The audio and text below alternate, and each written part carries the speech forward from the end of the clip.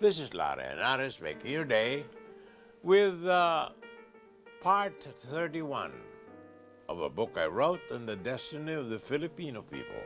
Subject, capitalism and communism.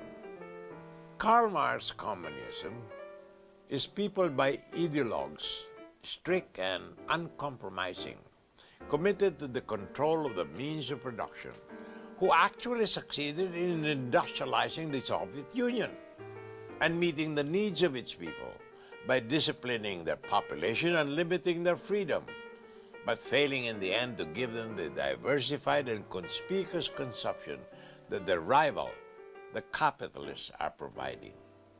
Finally, Karl Marx's communism faced eventual extinction in the Soviet Union.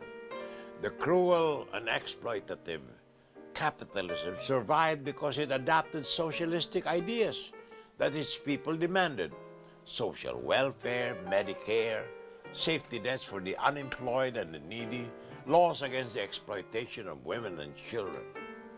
The cruel and exploitative communism of the Soviet Union did not survive because it could not adapt, as China did, to capitalistic ideas of private initiative and free markets.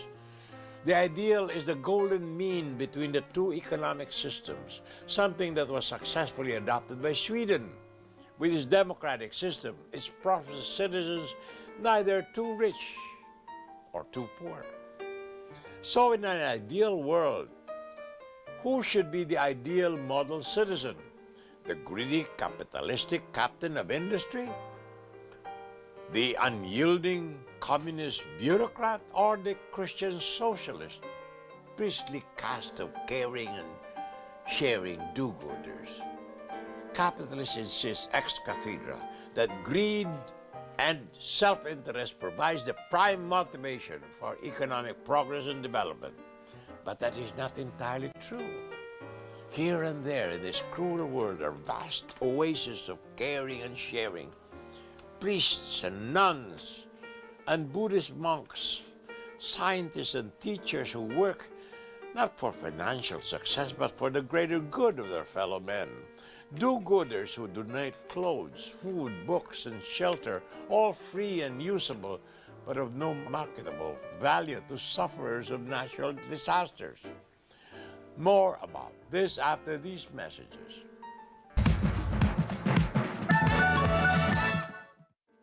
This is Henares making your day with part 31 of the book I wrote on the destiny of the Filipino people. Subject, capitalism and communism.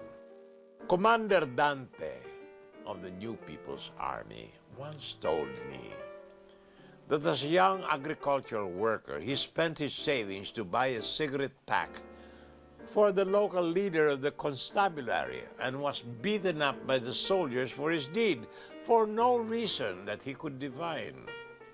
And later, without food to eat, he stole a stapler from a store and was chased by the police and took refuge in a slum area where inhabitants of a shanty preparing food for dinner beckoned to him, saying, "Kain tayo, come and share our meal," in the traditional Filipino way.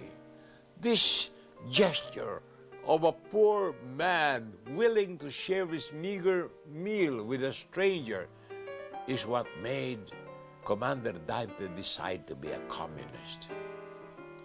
I do believe in my heart of hearts that what really makes our humanity is the capacity for tolerance, goodwill, and compassion, not relentless competition as decreed by Adam Smith.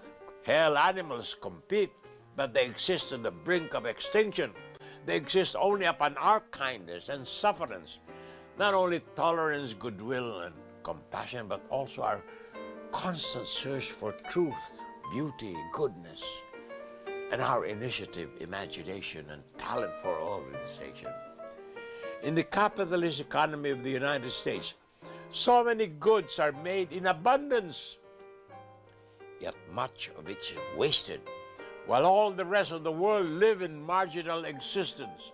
Mountains of agricultural goods are produced, and a good part of it is stored in caves and farm silos to make it scarce enough to guarantee a good price for the farmer. Manufacturers limit their production to achieve maximum profit at a price not too high to limit the market, at a price not too low to limit the profit. Americans are overfed and undernourished, obese and unhealthy on a diet of junk food.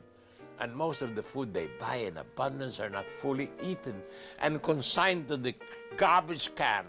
So that much of the food on the grocery shelves, which are trashed before they become uneatable because of government regulations or because they don't look good enough or saleable. So many laws are made to reward producers but not consumers, like laws on patents and trademarks, laws on intellectual and personal property, and monopoly practices such as market cartels and conspiracies in restraint of trade.